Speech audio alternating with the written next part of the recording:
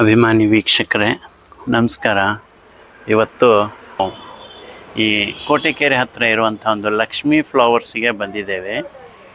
ಅವರು ಈ ನರ್ಸರಿಯನ್ನು ಎಷ್ಟು ಚೆಂದ ಎಷ್ಟು ನೀಟಾಗಿ ಮಾಡಿದ್ದಾರೆ ಅಂದರೆ ಬಹಳ ಸಂತೋಷ ಆಗುತ್ತೆ. ಆ್ಯಕ್ಚುಲಿ ಅವರು ಮುತುವರ್ಜಿ ವಹಿಸಿ ಮಾಡಿರೋದನ್ನು ನೋಡಿದರೆ ಕಾಣಬಹುದು ನೀವು. ಎಷ್ಟೊಂದು ವೆರೈಟಿ, ಒಂದು ಜಾತಿಯ ಗಿಡನ ಅದರಲ್ಲಿ ಬೇರೆ ಬೇರೆ ವೆರೈಟಿದನ್ನು ಎಷ್ಟು ಚೆನ್ನಾಗಿ ಮಾಡಿದ್ದಾರೆ. ಬಹಳ ಸಂತೋಷ ಆಗುತ್ತೆ. ಅವರಿಗೆ ಈ ಹಸಿರಿನ ಮೇಲೆ ಇರುವಂಥ ಪ್ರೀತಿ ಎಷ್ಟು ಖುಷಿ ಕೊಡುತ್ತೆ ಅಂತಂದರೆ ನೋಡಬಹುದು ನೀವು. ಎಷ್ಟೊಂದಿದೆ ಇಲ್ಲಿ.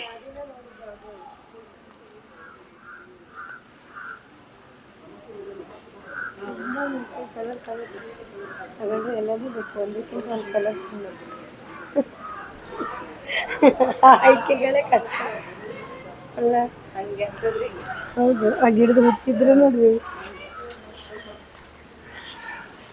ತುಂಬ ಸಂತೋಷ ಆಗುತ್ತೆ ಇದರಲ್ಲಿ ಇರೋದಕ್ಕೆ.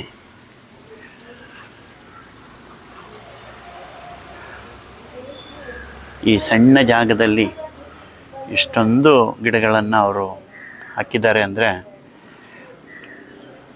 ನೋಡಿ, ನಿಜವಾಗ್ಲೂ ಕಣ್ಣಿಗೆ ಇಂಪು, ಮನಸ್ಸಿಗೂ ಒಂದು ರೀತಿ ಆಹ್ಲಾದಕರವಾಗಿದೆ.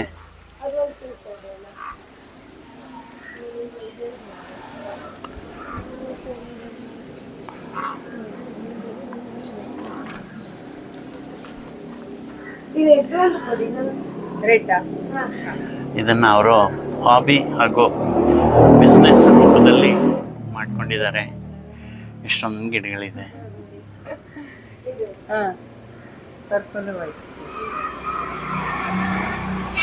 ಇಲ್ಲಿ ನೋಡಿ, ತಮ್ಮ ಇದನ್ನು ಸೇಲಿಗಂತಲ್ಲ ಮನೆಗೋಸ್ಕರ ಮಾಡ್ಕೊಂಡಿದ್ದಾರೆ. ನೋಡಿ, ಆರ್ಟನ್ನು ನೋಡಿ ಎಷ್ಟು ಚೆನ್ನಾಗಿದೆ. ಇವನ್ನೆಲ್ಲ ಅವರೇ ಮಾಡಿಕೊಂಡು ಗಿಡಗಳನ್ನು ಬೆಳೆಸಿರೋದು. ಸೊ ಮನೆಯ ಸೌಂದರ್ಯವನ್ನು ಹೆಚ್ಚಿಸಲಿಕ್ಕೆ ಇನ್ನೇನು ಬೇಕಲ್ವಾ. ಬಹಳ ಚೆನ್ನಾಗಿದೆ ಇದು. ತುಂಬ ಖುಷಿಯಾಗುತ್ತೆ ಇದು ನೋಡ್ತಾ ಇದ್ದರೆ. ಈ ಗಿಡಗಳನ್ನು ನೋಡೋದೇ ಒಂದು ಸಂಭ್ರಮ. ತುಂಬ ಚೆನ್ನಾಗಿದೆ.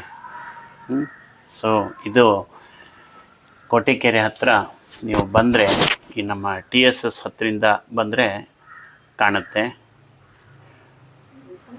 ಬನ್ನಿ, ಇದರ ಸವಿಯನ್ನು ಸವಿರಿ. ಹಾಗೂ ಅವ್ರಿಗೂ ಒಂದು ಜೀವನೋಪಾಯಕ್ಕೆ ಅವರ ಹಾಬಿ ಜೊತೆ ಇದೊಂದು ಬಿಸ್ನೆಸ್ಸು. ಬನ್ನಿ, ಖರೀದಿ ಮಾಡಿ. Thank you. ಮಳೆಗಾಲ ಶುರುವಾಯಿತು ಅಂದರೆ ಡೇರೆ ಸಂಭ್ರಮ. ನೋಡಿ, ಇಷ್ಟೊಂದು ಡೇರೆ ಗಿಡಗಳನ್ನು ಹಾಕಿದ್ದಾರೆ. ಇದು ಒಂದು ಕಲೆ. ಈ ರೀತಿ ಗಿಡಗಳನ್ನು ಮಾಡೋದು ಒಂದು ಕಲೆ. ಅದು ಎಲ್ರಿಗೂ ಬರೋದಿಲ್ಲ. ನಿಸರ್ಗ ಪ್ರೇಮಿಗಳಾಗಿರ್ಬೋದು, ಇದನ್ನು ಅವರು ಒಂದು ರೀತಿಯ ಹವ್ಯಾಸವಾಗಿ ಮಾಡ್ಕೊಂಡಿದ್ದಾರೆ. ಜೊತೆಯಲ್ಲಿ ಬೇರೆಯವರಿಗೂ ಈ ಹವ್ಯಾಸನ ಬೆಳೆಸ್ಕೊಳ್ಳಿ ಅನ್ನೋ ನಿಟ್ಟಿನಲ್ಲಿ ಅವರು ಇದನ್ನು ಸೇಲ್ ಕೂಡ ಮಾಡ್ತಾರೆ. ರೀಪಾಟಿಂಗ್ ಮಾಡೋದಾಗಲಿ ಅಥವಾ ಗಿಡಗಳನ್ನು ಹೇಗೆ ನೆಡೆಸಬೇಕು, ಏನು ಮಾಡಬೇಕು, ಹೇಗೆ ಮಾಡಬೇಕು ಅಂತ ತುಂಬ ಚೆನ್ನಾಗಿ ಅದರ ಕೋರ್ಸ್ ಕೂಡ ಮಾಡಿದಾರಂತೆ. ಅವರು ತುಂಬಾ ಚೆನ್ನಾಗಿ ಮೇಂಟೈನ್ ಮಾಡ್ತಾರೆ. ಈ ಲಕ್ಷ್ಮೀ ಫ್ಲವರ್ಸ್ಗೆ ನಾವು ಬಂದಿದ್ವಲ್ಲ, ಇದು ಈ ನರ್ಸರಿ ಬಗ್ಗೆ ಅವ್ರ ಹತ್ರನೇ ಮಾತಾಡೋಣ. ಲಕ್ಷ್ಮಿ ಅವರು ಹೇಳಿ ನಿಮ್ಮ ನರ್ಸರಿ. ಹಾಯ್ ಎಲ್ಲರಿಗೂ. ಇದು ನಂದು ಹಾಬಿ. ಸುಮ್ಮನೆ ಮನೆಗೆ ಶೋಗಾಗಿ ಮಾಡಿದ್ದೆ. ಬಟ್ ಎಲ್ಲರೂ ಬರ್ತಾರೆ, ಕೊಡಿ ಅಂತಾರೆ. ಅದಕ್ಕೊಂದು ಸಣ್ಣ ಬಿಸ್ನೆಸ್ ಅದ್ರ ಜೊತೆಗೆ ಅಷ್ಟೇ. ಬಿಟ್ರೆ ನನಗೆ ಎಷ್ಟೊತ್ತಿಗೂ ಇದ್ರ ಜೊತೆಗೆ ಟೈಮ್ ಸ್ಪೆಂಡ್ ಮಾಡೋದು ಇಷ್ಟ. ಏನೇನು ಫ್ಲವರ್ಸ್ ಇಟ್ಟಿದ್ದೀರಾ ಮೇಡಮ್? ಇಂಪೇಷನ್ಸ್ ಇದೆ, ಹ್ಯಾಂಗಿಂಗ್ ಪಾಟ್ ಇದೆ, ದೆನ್ ಡೇರೆ ಇದೆ. ಈಗ ಮಳೆಗಾಲದಲ್ಲಿ ನನಗೆ ಶೋ ಗಿಡ ಉಂಟು. ಇಷ್ಟೇ. ನೀವು ನಿಮ್ಮ ಮನೆ ಎದುರುಗಡೆ ಕೆಲವೊಂದು ಪಾಟ್ ಎಲ್ಲ ಆರ್ಟಿಸ್ಟಿಕ್ ಆಗಿ ಮಾಡಿದಿರಲ್ಲ, ಅದಕ್ಕೆಲ್ಲ ನಿಮಗೆ ಆ ಕಲ್ಪನೆ ಹೇಗೆ ಬಂತು?